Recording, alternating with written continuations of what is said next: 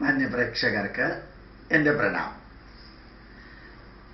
ഭാരതീയമായ പൈതൃക അറിവുകൾ, നമ്മുടെ ഹെറിറ്റേജ് നോളജ്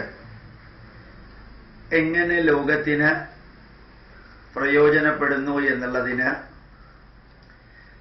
ആയിരക്കണക്കിന് ഉദാഹരണങ്ങളുള്ളതിലെ ചില ഉദാഹരണങ്ങളാണ് നിങ്ങളുടെ മുമ്പിൽ സമർപ്പിക്കുന്നത്. ഇന്നലെ നല്ല ഒരു ഫോട്ടോ എനിക്ക് ലഭിക്കുകയുണ്ടായി. ബെയ്റൂട്ടില്, ലെബനണില്, മുസ്ലിം രാജ്യത്തില് ബെയ്റൂട്ട് മാർട്ടിയേഴ്സ് സ്ക്വയറില് ആയിരക്കണക്കിന് വ്യക്തികൾ കറക്റ്റ് മന്ത്രം ചൊല്ലി സൂര്യ നമസ്കാരം ചെയ്യുന്ന ഒരു വീഡിയോ ആണ്. വെറും ഫോട്ടോയുണ്ട്, വീഡിയോയുണ്ട്.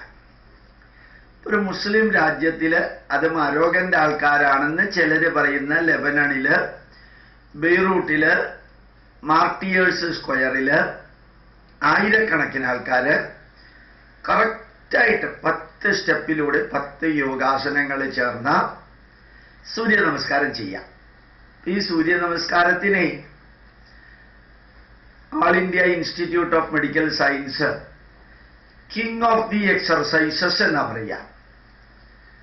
ശരിക്ക് നമ്മുടെ ശരീരത്തിലുള്ള 207 ജോയിന്റുകളില് 186 മൂവബിൾ ജോയിന്റുകളെയും ഹാർമോണിയസ് എക്സർസൈസിന് വിധേയമാക്കുന്ന ഒരു ഉജ്ജ്വലമായിട്ടുള്ള, ശാന്തമായിട്ടുള്ള, സ്റ്റഡി ആയിട്ടുള്ള, സ്റ്റെബിലൈസ്ഡ് ആയിട്ടുള്ള ഒരു വ്യായാമമാണ് സൂര്യ നമസ്കാരം. ആ സൂര്യ നമസ്കാരത്തിലെ നന്മകൾ ആർക്ക് വേണമെങ്കിലും എടുക്കാം. പണ്ടത്തെ കാലത്ത് രാവിലെ ഓടാൻ പറഞ്ഞിരുന്നു ഡോക്ടർമാര്, 2 കിലോമീറ്റർ ഓടണമെന്ന്.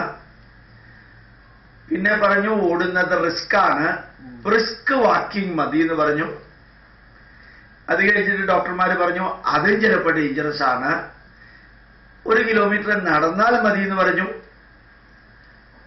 പിന്നെ അവര് പറഞ്ഞു നടക്കണമെന്നില്ല, സൂര്യ നമസ്കാരം മതി, 4 or 5 സൂര്യ നമസ്കാരം അല്ലെങ്കിൽ അതിനോട് ചേർന്നുള്ള യോഗ ചെയ്താല് ശരീരത്തിന് ഓവർ സ്ട്രെയിനും ആവുന്നില്ല.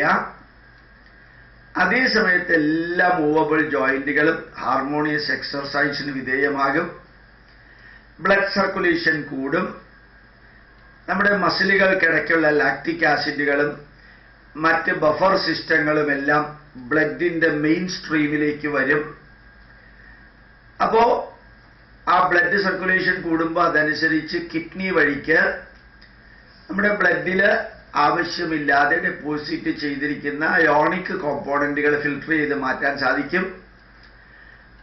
അപ്പൊ മസിലുകൾക്ക്, എല്ലുകൾക്ക്, രക്തത്തിന്, എല്ലാത്തിനും ഒരു പുതുജീവൻ നൽകാൻ സൂര്യ നമസ്കാരം, സൺ സാല്യൂട്ടേഷൻ എന്ന ഭാരതീയ പൈതൃകം നല്ല രീതിയിൽ ഉപയോഗിക്കാൻ സാധിക്കും. ഭാരതത്തിലെ എല്ലാ കാര്യത്തിലും ആത്മീയതയുണ്ട്. അമ്മ എന്ന സ്ത്രീയില് ആത്മീയത കൊടുത്തത് കൊണ്ടാണ് മാതൃദേവോ ഭവ എന്ന് പറയുന്നത്. അച്ഛൻ എന്ന പുരുഷനില് ആത്മീയത കൊടുത്തത് കൊണ്ടാണ് പിതൃദേവോ ഭവ എന്ന് പറയുന്നത്. ഭൂമി എന്ന ഗ്രഹത്തില് ആത്മീയത കൊടുത്തത് കൊണ്ടാണ് അയം മാതാ പൃഥിവി പുത്രോഹം പൃഥിവ്യ, ഈ ഭൂമി എന്റെ അമ്മയാണെന്ന് പറയുന്നത്. വായുവില് ആത്മീയത കൊടുത്തത് കൊണ്ടാണ് നമസ്തേ വായോ ത്വമേവ പ്രത്യക്ഷം ബ്രഹ്മാസി. വെള്ളത്തില് ആത്മീയത കൊടുത്തതുകൊണ്ടാണ് നമ്മൾ വരുണദേവൻ എന്ന് പറയുന്നത്. തുളസിയില്, ഔഷധവീര്യമുള്ള തുളസിയിൽ ആത്മീയത കൊടുത്തത് കൊണ്ട് വിഷ്ണുപത്നി എന്ന സ്ഥാനം നൽകി. ആൽമരത്തിന് ആത്മീയത കൊടുത്തു, ആനയ്ക്ക് ആത്മീയത കൊടുത്തു, സഭയ്ക്കും സഭാപതിക്കും ആത്മീയ ബന്ധം കൊടുത്തു നമ്മള്. അപ്പൊ ശരിക്കും സൂര്യന് ആത്മീയമായിട്ടൊരു പരിവേഷം കൊടുത്ത് അഗ്നയർവാ സൂര്യോ അജായത എന്ന് ചാന്തോക്യോപനിഷത്തിൽ പറയുന്നുണ്ട്. സൂര്യൻ എന്ന് പറയുന്നത് അഗ്നിയാണ്. ആ വെറും അഗ്നി കത്തുന്ന ഗോളത്തിന് പോലും ആത്മീയത കൊടുത്ത്, അഗ്നിക്കും ആത്മീയത കൊടുത്ത് നമ്മൾ ഒരല്പം ആത്മീയത ചേർത്ത് പ്യുവർ ഭൗതികമായിട്ടുള്ള സൂര്യ നമസ്കാരം ഇന്ന് ലോകം മുഴുവനും പ്രചരിക്കുന്നു. സൂര്യ നമസ്കാരം എന്ന വാക്കുകൊണ്ടോ അല്ലാതെയോ.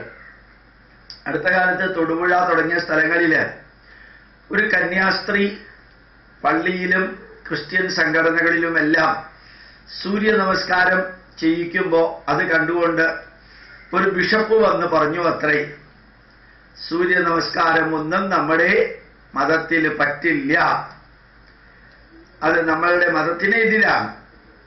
ഉടനെ ആ കന്യാസ്ത്രീ പറഞ്ഞു അത്രേ, ഇത് സൂര്യ നമസ്കാരമല്ല യേശു നമസ്കാരമാണെന്ന്. എന്നാ കുഴപ്പമില്ല, നടത്തിക്കോളാൻ പറഞ്ഞു. അപ്പൊ വാക്കൊന്ന് മാറ്റിയാൽ മതി, സൂര്യ നമസ്കാരത്തിന് യേശു സംസ്കാരമാക്കാൻ. അവർക്ക് ഒരു വാക്ക് മാറ്റിയല്ല, സൂര്യ നമസ്കാരം തന്നെ. അത് ശരിയോ തെറ്റോ എന്നല്ല, അവര് പിന്നെ അങ്ങനെയാണ് പതിവ്. അതുകൊണ്ട് അതിന് വേറൊന്നും പറയാൻ സാധിക്കില്ല. എല്ലാത്തിനെയും പ്രത്യേക രീതിയിൽ ഉപയോഗിച്ച് മതത്തിന്റെ പ്രചരണത്തിന് ഉപയോഗിക്കുന്നവരായതുകൊണ്ട് സൂര്യ നമസ്കാരം യേശു നമസ്കാരമായി. വിജയദശമി എന്ന് പറയുന്നത് യേശു ദശമിയാവും. ശിവരാത്രി എന്ന് പറയുന്നത് യഹോവ രാത്രിയാവും. അങ്ങനെയുള്ള ഒരു പ്രക്രിയയിലൂടെ മാറ്റുന്നു എങ്കിൽ പോലും സൂര്യ നമസ്കാരം എന്ന പ്രക്രിയ ഭാരതീയ പൈതൃകം ഇന്ന് അസാധാരണമാം വിധത്തിൽ ലോകത്തിൽ ഓരോയിടത്തും പ്രചരിച്ചു വരുന്നു. അപ്പൊ നമുക്ക് നമ്മുടെ പൈതൃകത്തെ എത്ര ഭംഗിയായിട്ട് സയന്റിഫിക്കായിട്ട് ഉപയോഗിക്കാൻ സാധിക്കുമെന്നുള്ളതിന് ഒരു എക്സാമ്പിള് നിങ്ങളുടെ മുമ്പിൽ സമർപ്പിച്ചതാണ്.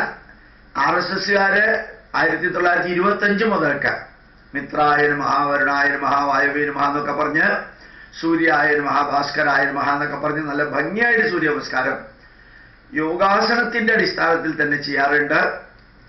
അത് 90 കൊല്ലമായിട്ട് ചെയ്യാറുണ്ട്. അപ്പൊ എല്ലാവരും ഭാരതീയ പൈതൃകവുമായി ബന്ധപ്പെട്ടവർ സൂര്യ നമസ്കാരത്തെ ധന്യമായിട്ട് ഉപയോഗിക്കാറുണ്ട്. അതിപ്പോ ലോകം മുഴുവനും പ്രചരിക്കുന്നു. അതാണ് നമ്മുടെ പൈതൃകം നശിക്കാതെ, തളരാതെ, തകരാതെ നിൽക്കുന്നതിന്റെ ലക്ഷണം. ഏത് കാലഘട്ടത്തിലേക്കും അത് അനുയോജ്യമാണ്. പ്രണാമം, നമസ്കാരം.